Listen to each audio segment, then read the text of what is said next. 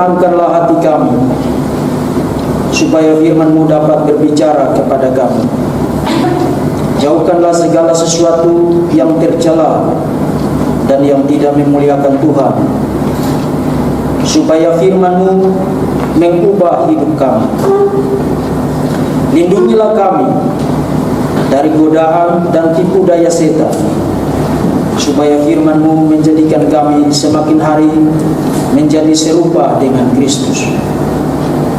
Dan biarlah Tuhan Engkau menyatakan kemuliaan-Mu dalam jam pemberitaan firman pada sore hari ini. Dan segala sesuatu boleh ada di dalam kontrol dan kendali Tuhan. Dan Tuhan biarlah menyatakan kehendak-Mu melalui firman yang akan dibacakan dan yang akan dijelaskan oleh hamba-Mu. Kami sekalian menjadi murid-Mu ya Tuhan, dan berbicaralah karena kami telah siap mendengar. Amin. Silakan duduk. Filipi pasal 2 ayat 1 sampai dengan 11. Filipi pasal 2 ayat yang pertama sampai dengan ayat yang ke-11. Saya akan bacakan bagi kita sekalian, saudara-saudara mendengarkan. Jadi karena dalam Kristus ada nasihat, ada penghiburan kasih, ada persekutuan roh, ada kasih mesra dan belas kasihan. Karena itu sempurnakanlah sukacitaku dengan ini. Hendaklah kamu sehati sepikir dalam satu kasih, satu jiwa, satu tujuan, dengan tidak mencari kepentingan sendiri atau puji-pujian yang sia-sia. Sebaliknya hendaklah kamu dengan rendah hati, yang seorang menganggap yang lain lebih utama daripada dirinya sendiri. Dan janganlah tiap-tiap orang hanya memperhatikan kepentingannya sendiri, tetapi kepentingan orang lain juga. Hendaklah kamu dalam hidupmu bersama menaruh pikiran dan perasaan yang terdapat juga dalam Kristus Yesus, yang walaupun dalam rupa Allah tidak menganggap kesetaraan dengan Allah itu sebagai milik yang harus dipertahankan, melainkan telah mengosokkan dirinya dan mengambil rupa seorang hamba dan menjadi sama dengan manusia. Dan dalam keadaan sebagai manusia, ia telah merendahkan dirinya dan taat sampai mati, bahkan mati di atas kayu salib. Itu sebabnya Allah sangat meninggikan dia dan mengaruniakan baginya nama di atas segala nama, supaya dalam nama Yesus bertekuk lutut segala yang ada di langit dan yang ada di bumi dan yang ada di bawah bumi, dan segala lidah mengaku Yesus Kristus adalah Tuhan bagi kemuliaan Allah Bapa. Demikianlah firman Tuhan. Pada tahun 2001, Cambridge University Press menerbitkan sebuah buku berjudul Philippians From People to Letters. Buku yang ditulis oleh Dr. Peter Oakes ini. Peter Oakes adalah profesor perjanjian baru di University of Manchester. Di dalam buku ini ada dua hal penting yang digarisbawahi oleh Dr. Oakes terkait dengan situasi di Filipi pada abad pertama. Dan dua hal penting ini akan sangat menolong kita untuk mengerti keunikan paraenesis nasihat Paulus di dalam Filipi pasal 2 ayat 1 sampai dengan ayat yang ke-11. Pertama, di dalam dunia Greko-Rom pada masa itu, seorang pendiri komunitas atau pendiri kota diasosiasikan dengan konsep patron. Pada masa itu seorang patron atau seorang pendiri kota, pendiri komunitas dianggap sebagai pihak yang paling berotoritas untuk mengatur komunitas itu, dan semua anggota komunitasnya wajib mendengarkan apa yang dikatakan oleh sang patron.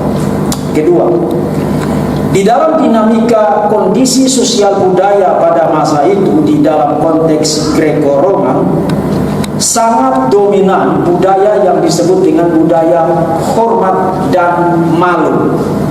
Artinya setiap orang di dalam dirinya tertanam semacam keinginan untuk dihormati dan menghindari apa yang disebut dengan sesuatu yang memalukan. Nah, di dalam budaya semacam itu, penderitaan, kesulitan, dan segala sesuatu yang terasosiasi dengan hal-hal itu dianggap sebagai antitesis dari otoritas. Dan bukan hanya itu, pada tahun 2011 seorang penulis bernama John Dickson menulis sebuah buku berjudul Humilitas, A Lost Key to Life, Love, and Leadership. Dickson memperlihatkan bahwa di dalam dunia Greco-Roma, kerendahan hati atau humilitas bukan merupakan sebuah kebajikan yang dipuji. Saudara, tidak dipuji karena rendah hati pada abad pertama. Di dalam konteks semacam itu, greatness, kebesaran dari seseorang, apalagi seorang pemimpin, diraih melalui self-promotion, promosi diri, dan pengagungan diri. Seseorang tidak meraih rasa hormat komunitas dengan merendahkan diri. Nah, kita yang hidup dengan nilai-nilai kekristenan pada abad ini sudah terkondisi dengan core values mengenai kerendahan hati. Itu sebenarnya kalau ada orang yang meninggikan diri, kalau ada orang yang mempromosikan diri, alarm kita segera berbunyi. Tapi kalau saudara hidup pada abad pertama, saudara tidak dipengaruhi oleh nilai-nilai kekristenan. Orang yang merendahkan diri itu justru dianggap orang yang tidak berguna. Maka orang itu harus posting, harus membanggakan diri, harus mengatakan kepada publik, saya bisa ini, saya bisa ini, saya bisa ini, dan seterusnya. Self promotion. Nah, kenapa pengamatan budaya semacam itu sangat penting untuk kita memahami nasihat Paulus dalam Filipi pasal 2 ayat 1 sampai 11. Karena pertama, semua pakar perjanjian baru sepakat bahwa Paulus adalah the founder, pendiri dari jemaat di Filipi. Dan sebagai founder, sebagai pendiri dari jemaat di Filipi, tentu saja jemaat di Filipi wajib untuk mendengarkan dan menghormati Paulus secara kultural. Tetapi di sisi lain, secara konsensus juga, para scholars dalam bidang perjanjian baru percaya bahwa ketika menulis surat ini, Paulus sedang berada di dalam penjara. Nah, memang ada perbedaan pendapat, apakah Paulus sedang dipenjara di Roma, di Kaisarea, atau di Efesus. Saya pribadi percaya Paulus dipenjara di Efesus, tetapi itu isu minor dalam konteks ini.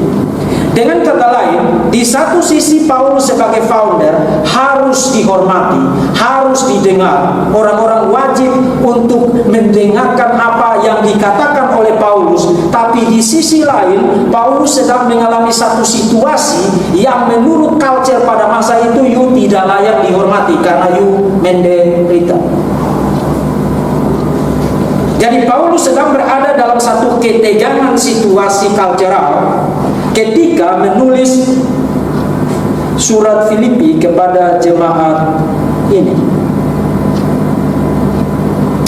Dan bukan hanya itu, yang ketiga, ketika Paulus menulis surat ini, jemaat di Filipi sedang ada di dalam perpecahan. Perpecahan terjadi di dalam jemaat bukan hanya karena akibat terjadi munculnya ajaran sesat, Filipi pasal 3, tetapi juga di antara anggota komunitas itu tidak ada orang yang mau merendahkan dirinya satu sama lain. Karena tentu saja dengan hidup di dalam culture Greco-Roman pada masa itu, merendahkan diri bukan merupakan sesuatu yang terpuji. Jadi apa gunanya saya merendahkan diri di dalam konteks itu? Setiap orang harus mempromosikan diri dan harus meninggikan diri di dalam konteks itu. Jadi Paulus mengalami penderitaan dan dengan demikian mengurangi otoritasnya terhadap jemaat, dan jemaat sedang ada di di dalam perpecahan karena mereka sedang menghidupi culture Greco-Roman pada masa itu, tidak mau merendahkan diri, tetapi mempromosikan diri dan tidak sehati sepikir. Dan dengan demikian Paulus menulis surat ini kepada mereka. Dengan kata lain, surat ini dimaksudkan untuk mengajak jemaat di Filipi berefleksi bahwa perpecahan, percekcokan yang sedang terjadi di tengah-tengah mereka bukan persoalan bahwa karena Paulus menderita dan kurang berotoritas maka kurang didengar, maka jemaat terpecah. Terjadi perpecahan karena mereka tidak hidup menurut nilai-nilai Kristus, melainkan hidup menurut nilai-nilai budaya yang ada di sekitar mereka pada masa itu. Nah, meskipun sedang terjadi goncangan di dalam jemaat Filipi, dan sedikit banyak goncangan itu dipengaruhi oleh asumsi budaya mengenai penderitaan, tetapi pada dasarnya hubungan Paulus dan jemaat itu adalah hubungan yang sangat intim. Jemaat ini sangat dekat di dalam hati Paulus. Paulus menyebut jemaat ini sukacitaku dan mahkotaku, dan bahwa mereka adalah orang-orang yang aku rindukan, pasal 4 ayat 1. Dan perhatian dan dukungan mereka terhadap Paulus dalam pelayanan menjadi salah satu alasan utama Paulus bersukacita. Bahkan saudara tahu, surat Filipi yang hanya 4 pasal ini, di dalamnya tidak kurang dari 16 kali kata sukacita, kairo, di dalam bahasa Yunaninya. Maka surat ini disebut juga sebagai surat sukacita. Paulus bahkan menulis surat ini dengan intonasi persahabatan yang sangat kuat. Salah satu contohnya pasal 2 ayat 1, Paulus menggunakan istilah penghiburan di dalam Kristus, atau lembut dan penuh belas kasihan.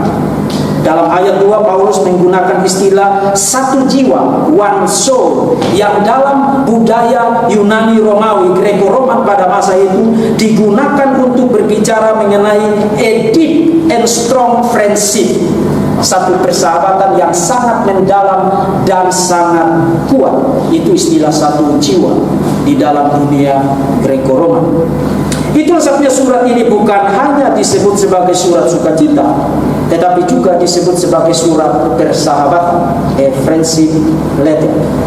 Sama seperti kitab Amsal, seorang sahabat menaruh kasih setiap waktu dan menjadi seorang saudara dalam kesukaran, pasal 17 ayat 17. Tetapi juga kitab yang sama menyatakan seorang kawan memukul dengan maksud baik, tetapi seorang lawan mencium secara berlimpah-limpah. Pasal 27 ayat 6. Seorang sahabat sejati dalam konteks ini Paulus tahu kapan harus memukul dan tahu kapan harus menghibur. Seorang sahabat seperti Paulus memukul, tetapi pada saat yang sama memperlihatkan bahwa dia tetap mengasihi mereka dan mereka adalah sahabat-sahabatnya. Seorang sahabat yang tidak pernah memukul pasti bukanlah seorang sahabat yang sejati.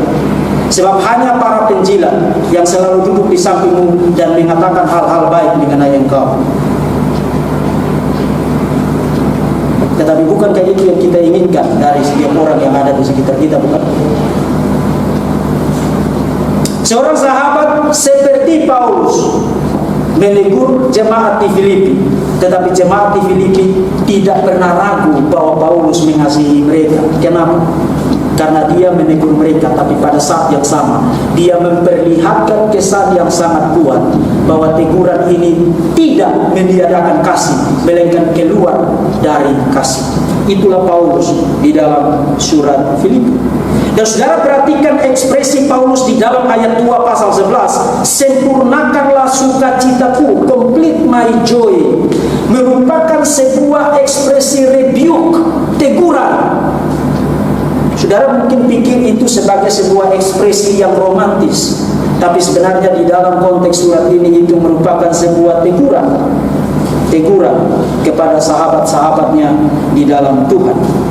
Di sisi lain, ekspresi sempurnakanlah sukacitaku diikuti dengan nasihat, dan inti dari nasihat itu bahwa mereka mesti menyempurnakan sukacita itu dengan melakukan satu hal, dan hal itu adalah sehati, sepikir, like-minded, same mind, think the same thing. Itulah yang dimaksudkan dengan sehati sepikir. Kemudian Paulus menjelaskan sehati sepikir di ayat 5, hendaklah kamu di dalam hidupmu bersama menaruh pikiran dan perasaan yang terdapat juga di dalam Kristus. Nah, saudara perhatikan kata kerja berpikir di sini berarti set your mind on something, menaruh, menetapkan pikiranmu pada sesuatu. Dan sesuatu yang dibicarakan Paulus di sini itu bukan promosi, bukan ambisi, bukan gelar, bukan status, tapi Kristus. Menaruh pikiran dan perasaanmu, set your mind on Christ. Itu yang dikatakan Paulus di dalam teks ini. Menetapkan pikiran, memfokuskan pikiran, dan memusatkan pikiran kepada Kristus. Artinya, di dalam surat ini Paulus bicara tentang sehati sepikir, berarti memusatkan, memfokuskan, menetapkan pikiran hanya kepada pikiran Kristus dan sikap Kristus. Itu yang dikatakan Paulus di dalam teks ini. Kemudian di dalam ayat 6 sampai dengan ayat 11, Paulus bicara tentang 3 aspek yang mengkarakterisasi orang yang menaruh pikiran kepada Kristus atau sikap Kristus, dan itu harus diteladani oleh jemaat di Filipi. Pertama, Kristus tidak memiliki sikap yang egois. Kristus tidak selfish, tidak memikirkan dirinya sendiri, tidak mementingkan dirinya sendiri, tetapi merendahkan dirinya menjadi hamba dan hidup taat, bahkan taat sampai mati di atas kayu salib. Itu ayat 6 sampai dengan ayat 8. Kedua, kebesaran dan keagungan, greatness, tidak diraih dengan self promotion, tidak diraih dengan promosi diri. Kebesaran atau greatness tidak diraih dengan self boasting, membanggakan diri seperti yang diasumsikan di dalam culture Greco-Roman pada masa itu, tetapi persis melalui humilitas, kerendahan hati yang dibicarakan di dalam ayat 9 sampai dengan ayat 11. Jadi tidak egois, tidak selfish, tidak mementingkan diri, dan merendahkan diri sebagai antitesis dari self promotion dan self boasting. Dan yang ketiga, tujuan dari humilitas itu bukan untuk melayani self centeredness, keberpusatan pada diri sendiri. Maksudnya begini, ada orang yang memperlihatkan sikap rendah hati meskipun sebenarnya dia tidak rendah hati, tapi memperlihatkan sikap rendah hati supaya orang bilang, wah ini orang rendah hati. Jadi orang menggunakan humilitas, kerendahan hati, untuk melayani self-centeredness-nya dia. Jadi deep down, jauh di dalam hatinya, sebenarnya dia ingin orang melihat bahwa dia seorang yang rendah hati. Tapi jadi apa yang dia perlihatkan? Perilaku kerendahan hati itu tidak sama dengan kerendahan hati itu sendiri. Sebab orang bisa berpura-pura bersikap rendah hati. Paulus ketika bicara tentang tujuan dari humilitas itu tidak dimaksudkan untuk melayani self-centeredness, keberpusatan pada diri sendiri, dan ini merupakan dosa dari semua orang. Kita semua hidup dengan berpusat kepada diri kita sendiri. Kita berpikir bahwa I am the center of this universe. Akulah pusat alam semesta ini, dan semua orang harus hidup untuk melayani keinginanku. Begitu mereka tidak hidup melayani keinginanku, maka you are my enemy. Kamu adalah musuh.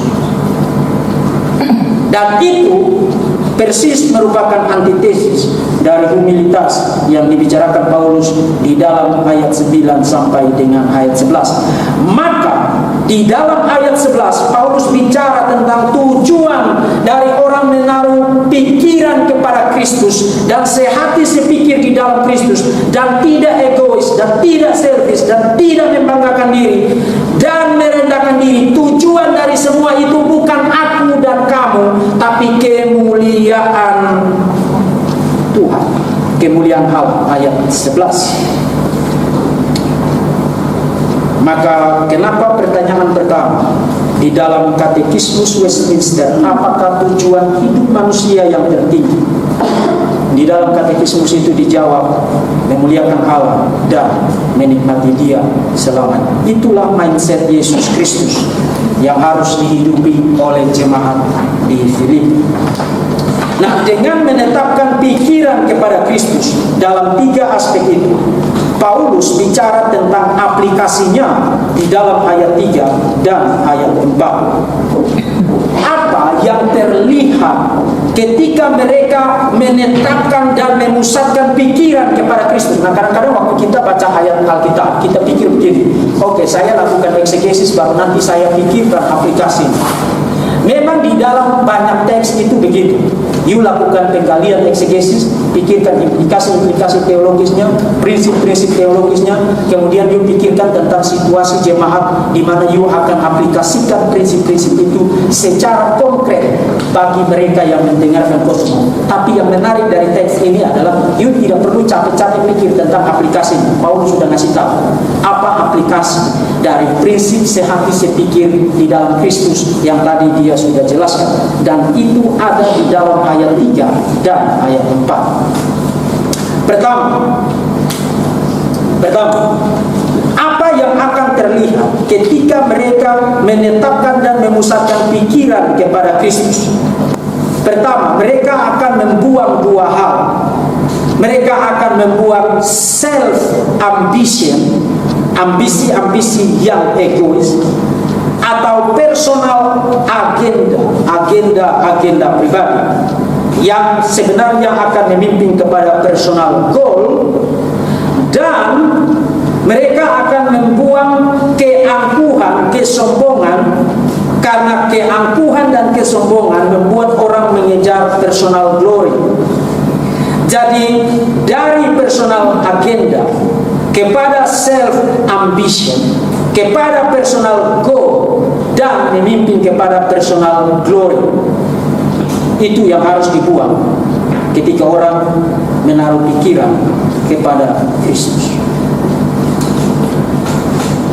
Membuang self ambition, meminimalisasi, mengeliminasi, menihilisasi personal agenda, personal goal, dan berperang untuk tidak meraih personal glory di dalam mengikuti Tuhan maupun di dalam melayani Tuhan. Apakah itu sulit dimengerti? Tidak. Apanya yang sulit? Sulit dilakukan. Sulit dilakukan. Kedua, dengan membuang 2 hal itu, membuang self ambition dan tidak mengejar personal glory, yang kedua, mereka akan memperlihatkan 2 hal. Yang pertama, mereka akan menganggap orang lain lebih utama dari diri mereka sendiri dan mengembangkan sikap respect for one another, menghormati satu sama lain. Menganggap orang lain lebih utama dari diri sendiri, dan mereka mengembangkan sikap respect for one another. Itu yang pertama. Kemudian mereka akan juga memperlihatkan hal yang kedua, yaitu mereka akan mendahulukan kepentingan orang lain atau kepentingan orang banyak ketimbang kepentingan pribadi. Dan memang itu sangat logik. Kalau you mendahulukan, menganggap bahwa orang lain lebih penting dari kamu, dan itu tidak sama dengan you senyum-senyum, tunduk-tunduk begini, itu banyak munafik. Bukan itu, bukan itu. Tapi itu terlihat dari bagaimana kamu hidup, bagaimana kamu menggunakan apa yang kamu miliki, dan bagaimana kamu membuat rencana, dan bagaimana kamu merancang satu visi untuk banyak orang. Itu akan terlihat di situ. Itu tidak terlihat yang kamu bicaranya seperti bencong. Jadi orang berpikir bahwa lemah lembut itu berarti berbicara seperti bencong, tidak perlu marah-marah. No, bukan itu. Logiknya adalah kalau you menganggap orang lain lebih penting, maka pikiranmu itu bukan lagi pada dirimu, tapi pada orang lain. Dan karena pikiranmu pada orang lain, maka itu akan mendrive motifmu, mendrive energimu, mendrive apapun yang kamu lakukan untuk mendahulukan kepentingan orang banyak.